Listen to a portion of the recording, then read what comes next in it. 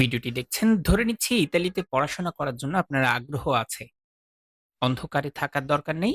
আমরা মুখে কথা বলছি না। আমাদের ক্লায়েন্টদের বাস্তব ভিসা, অফার লেটার, ডকুমেন্ট যেমনটা স্ক্রিনে দেখতে পাচ্ছেন। স্কলার্স ড্রিম এডুকেশন কনসালটেন্সি গত কয়েক সিজনে ধারাবাহিকভাবে ইতালির ভিসা পেয়ে আসছে। আর প্রতিটি কোর্সে আমরা দেখিয়েছি টাকা নয়, বরং প্রসেসের স্বচ্ছতা আর সঠিক গাইডেন্সই এর মূল বিষয়। আমাদের শিক্ষার্থীরা প্রতিনিয়তই ইতালির বিভিন্ন শীর্ষ বিশ্ববিদ্যালয়ে ভর্তি হয়ে আসছে, যেমনটা ইতিমধ্যে যাদের ভিসা দেখেছেন তারা ইউনিভার্সিটি অফ মিলান বিকোকায়, যা মিলানে অবস্থিত প্রতিষ্ঠান, এছাড়াও বলোনিয়া, এছাড়াও ইউনিভার্সিটি অফ ক্যাসিনো, বিভিন্ন ইউনিভার্সিটিতে তারা ভর্তি হয়েছেন এবং ভিসা পাচ্ছেন। আমরা শুধু ফাইল সাবমিট করি না, ইউনিভার্সিটির অ্যাপ্লিকেশন, সিমিয়া processing, document preparation, bank support সহ সবকিছু যাতে এক জায়গায় ঝামেলাবিহীন থাকে সে বিষয়টি নিশ্চিত করি। এই কারণেই আমাদের ভিসা সাকসেস রেট স্থিরভাবে বাড়ছে। স্পষ্টভাবেই বলছি, ইতালিতে প্রসেস খরচ অনেক এজেন্সি লুকিয়ে রাখে, আমরা লুকাচ্ছি না। এখানে একদম রিয়েল টাইম ব্রেকডাউন আপনাকে জানানোর চেষ্টা করছি, যেখানে দেখতে পাচ্ছেন ১.৫ লক্ষ টাকার মধ্যে ভিসার আগের যে খরচ এটি সম্পূর্ণ হয়ে থাকবে। যেখানে আমি যদি ছোট করে বলি, আমাদের সাথে কাজ শুরু করার জন্য শুধুমাত্র ১০,০০০ই এখন প্রয়োজন পড়ছে। অফার লেটারের পর আমরা ১০ নিয়ে থাকছি। অর্থাৎ ভিসার আগে আমাদের হাতে শুধুমাত্র ২০,০০০ আসছে, যেটা ছাড়া আমরা অন্য যে খরচগুলো আছে তা অ্যাপ্লিকেন্টকে নিজে পে করার জন্য সুযোগ দিয়ে থাকি। অর্থাৎ অ্যাপ্লিকেন্ট চাইলে তার নিজস্ব খরচ, যেমন অ্যাপ্লিকেশন ফিস ১০,০০০ বা ১৫,০০০ বা যতটুকুই খরচ হবে, এটা অ্যাপ্লিকেন্ট সে নিজেই দেখতে পাবে এবং নিজেরটা নিজেই পরিশোধ করতে পারার সুযোগ আছে, যা আমাদের হাতে দিতে হচ্ছে না। সিমিয়া ভেরিফিকেশন জানেন যে ৳৩০০ যা সাধারণভাবে খরচ হয়ে থাকে, যেখানে আমরা বাংলাদেশী টাকা এখানে লিখেছি ৪৫, যা ডিপেন্ড করে ইউরো যখন যে রেট হবে তার উপর। অ্যাকোমোডেশন প্রুফ হিসেবে এখানে ৳০ লিখা হয়েছে, কারণ ২০২৫ সালে আ কোনো খরচ না করেই, অর্থাৎ অ্যাকোমোডেশন বোঝাচ্ছি, কোনো খরচ না করেই শুধুমাত্র হোটেল বুকিং দিয়ে ভিসা আমরা পেয়েছি। বিধায় আমরা ২৬০০ ধরে নিচ্ছি যে হয়তোবা এই সুযোগ থাকবে। বিধায় আমরা এখানে খরচের ব্যাপারটুকু শূন্য রাখা হয়েছে, বা আমরা এনকারেজ করি যাতে এখানে কোনো খরচ না করা হয়। মিসেলেনিয়াস বলতে বোঝাচ্ছি বিবিধ খরচ, যা এখন এখানে উল্লেখ করা হয়নি। ভবিষ্যতে হয়তোবা বিভিন্ন জায়গায় যখন প্রয়োজন পড়বে, যেহেতু অ্যাপ্লিকেন্টের হাতেই টাকা, তার মানে পরিপূর্ণভাবে সেফ আছে। আমরা যেহেতু হাতে নিচ্ছি না, তো যদি কোনো জায়গায় খরচ হয়, অ্যাপ্লিকেন্ট নিজে বুঝে তিনি এটা খরচ যেন করতে পারেন, তার জন্য তার পূর্ব প্রস্তুতি স্বরূপ এই অ্যামাউন্টটুকু এখানে লিখা হয়েছে। ইন্স্যুরেন্স দেখতে পাচ্ছেন ২২,৫০০। এটা কমবে বাড়বে, বা ইউরোতে ১৪০ থেকে শুরু করে ২০০ ইউরোর মধ্যে হয়ে যায়, যা ইন্টারন্যাশনাল। আর যদি দেশি কোনোটা নেওয়া হয়, অ্যাপ্লিকেন্ট যদি ইচ্ছা পোষণ করেন, তবে আমরা সেগুলো নেয়ার ব্যবস্থা রাখি আ ভিএফএস এর ভেরিফাইড ২০ টা প্রতিষ্ঠান থেকে। এম্বাসি ফি এই বছর ছিল ১০,৮৭০, তা আগামী বছরেও হয়তোবা একটু এদিক-সেদিক হতে পারে। আমরা ধরে নিচ্ছি ওভারঅল ১.৫ লাখ। অর্থাৎ ভিসার আগে যে ১.৫ লাখ খরচ হচ্ছে, সেই ১.৫ লাখের এখানে কমপ্লিট ব্রেকডাউন আপনাকে দেওয়া হয়েছে। এর বাইরে আশা করছি কোনো খরচ হবে না। একটা বিষয় মাথায় রাখবেন, এখানে আমরা উল্লেখ করিনি, যদি কোনো অ্যাপ্লিকেন্ট তার IELTS পরীক্ষার জন্য যে খরচ করবেন, সেটা এখানে সাথে যুক্ত থাকছে না। যখন কোনো অ্যাপ্লিকেন্ট CENTS এর পরীক্ষার জন্য খরচের বিভিন্ন হয়ে থাকে, সেটা €৫৫।